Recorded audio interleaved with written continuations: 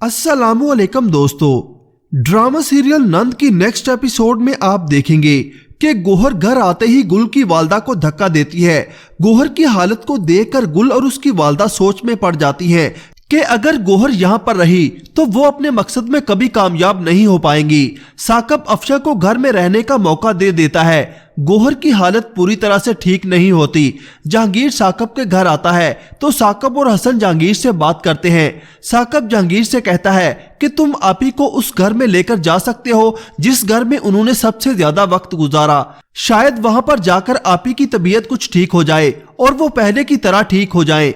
दूसरी तरफ गुल और उसकी वालदा साजिशों में लगी हुई है। गुल की वालदा गुल से कहती है कि हम यहाँ से वो सब छीनने के लिए आए हैं जो हमारे नसीब में नहीं है। गौहर के होते हुए हम अपने मकसद में कभी कामयाब नहीं हो सकते। हमें किसी भी तरह करके उस गौहर को रास्ते से हटाना होगा। गुल, तुम खाने में जहर मिलाकर उसको खिला देना, हम ये इल्जाम अफशा के सर डाल देंगे। अफशा बाहर खड़ी गुल और उसकी वालदा की सारी बातें सुन लेती है और वहां से चली जाती है। गुल की वालदा को पता चल जाता है कि अफशा ने उन दोनों की सारी बातें सुन ली हैं, जिसके बाद अफशा किचन में जाकर जल्दी से खाना प्लेट में डालती है और गौहर को खाना देने उसके कमरे में चली जाती है। गुल और उसकी वालदा अफशा को फंसाने का प्लान बनाती हैं। गुल की वालदा खाना लेकर गौहर के कमरे में जाती है। अफशा गौहर को खाना खिला रही होती है। गुल की वालदा गौहर से कहती है कि मैंने तुम्हारी पसंद का खाना बनाया है। गौहर वो खाना खाने लगती है तो अफशा गौहर से कहती है कि आप ये खाना नहीं खा सकती, जिस पर गौहर अफशा के मुंह पर जोरदार थप्पड़ मारती है, जिसके बाद अफशा अपने कमरे में आ जाती है। जब साकब को इस बात का पता चलता है तो वो गुस्से में अफशा से कहता है कि तुमने आपी को खाना क्यों नहीं खाने दिया। इस पर अफशा कहती है कि आप जानना चाहते हैं कि मैंने वो खाना क्यों नहीं खाने दिया, क्योंकि उसमें जहर डला हुआ था। इस पर साकब कहता है कि किसने डाला था जहर। इस पर अफशा गुल की वालदा का नाम लेती है। इतने में वहां पर गुल की वालदा आ जाती है और वो साकब से कहती है कि मैंने खाने में जहर नहीं मिलाया।